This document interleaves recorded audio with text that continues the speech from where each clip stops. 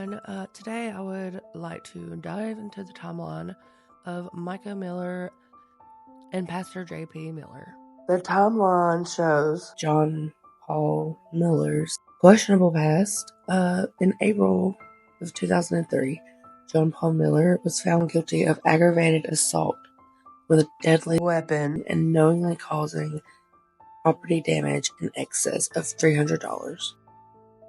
And I know there's some time before this where he had ran over a woman with a car. And that was in 1998.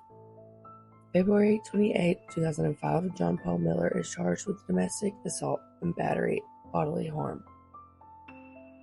2012, Mica Miller gets married to another man. And that marriage is officiated by JP. And in 2015, Mica and Pastor John Paul Miller have an affair with each other. Both spouses of Mica and J.P. Miller filed for divorce. Also in 2015, Pastor J.P. Miller wrote a letter to his church asking for forgiveness. According to multiple members of the church at the time, elders told them, "You're not a good Christian if you don't have forgiveness." In 2017, Mica and Pastor JP get married. In 2021, Pastor JP alleged affair with Susie Skinner begins, and both Susie and her husband are members of the church. And Harvey says that he was told by several sources that that's when the relationship began with them. September 6th of 2021, Susie Skinner's husband is found dead in a pool, bound by a wheelchair. He accidentally falls in and drowns. October of 2023 is when Mica files for divorce.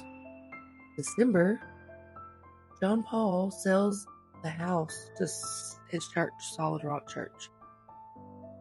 And here we are in 2024. In February, Mica Miller's application for divorce is dismissed. February 4th, John Paul preaches a sermon on Korah and Moses and how it's wrong to rise against religious leaders. This piece of shit. Ugh. On February 8th, according to Mica, she involuntarily is hospitalized in a mental facility. Also, according to affidavits from Mica's family, John Paul took this opportunity to go through Mica's electronic devices and delete evidence.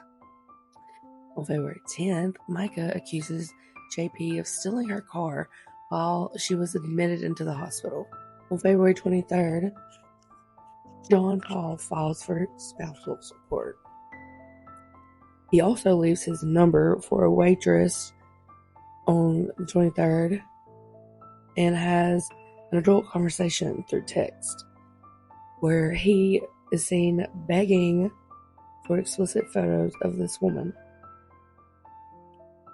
On February 25th, in another sermon to his congregation, Pastor John Paul says a mentally ill person doesn't know they're sick.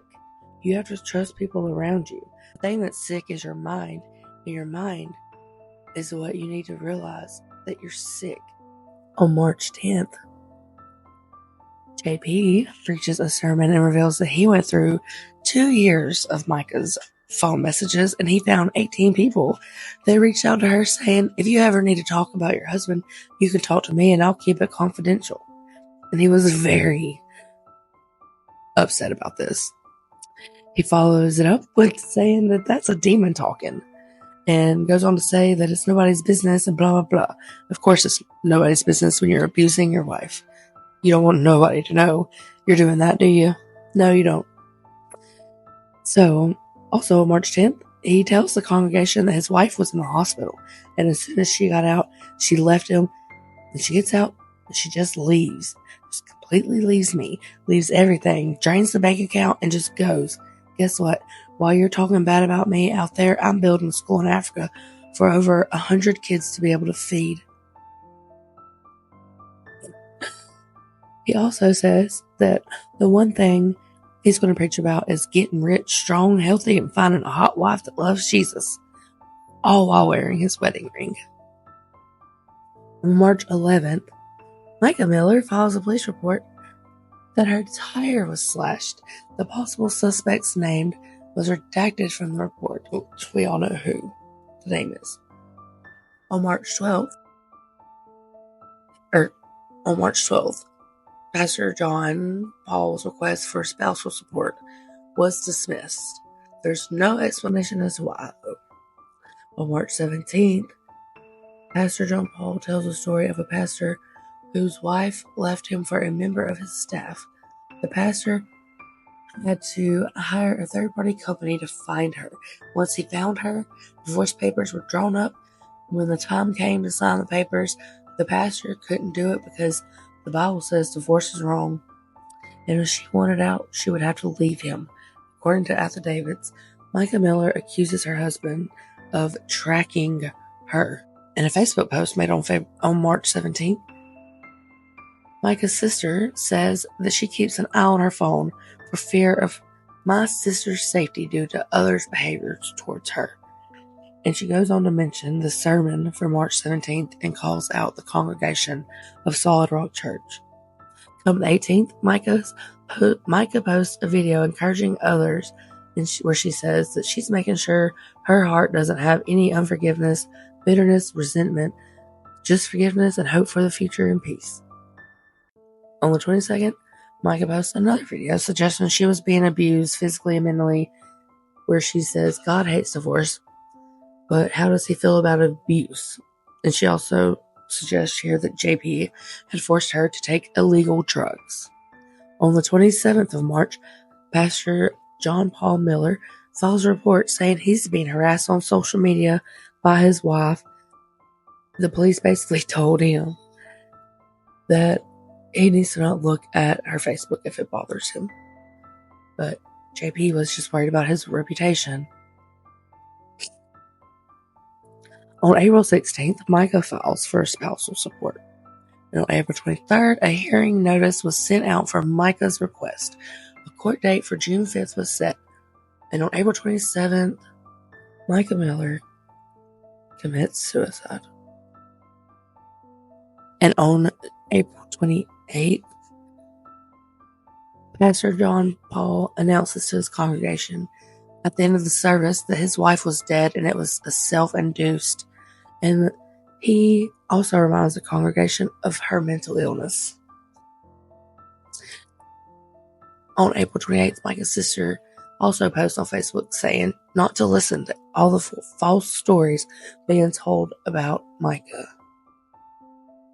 On April 30th, JP Miller attempts to get into Mica's apartment, where he is stopped there by the building manager and the police are called.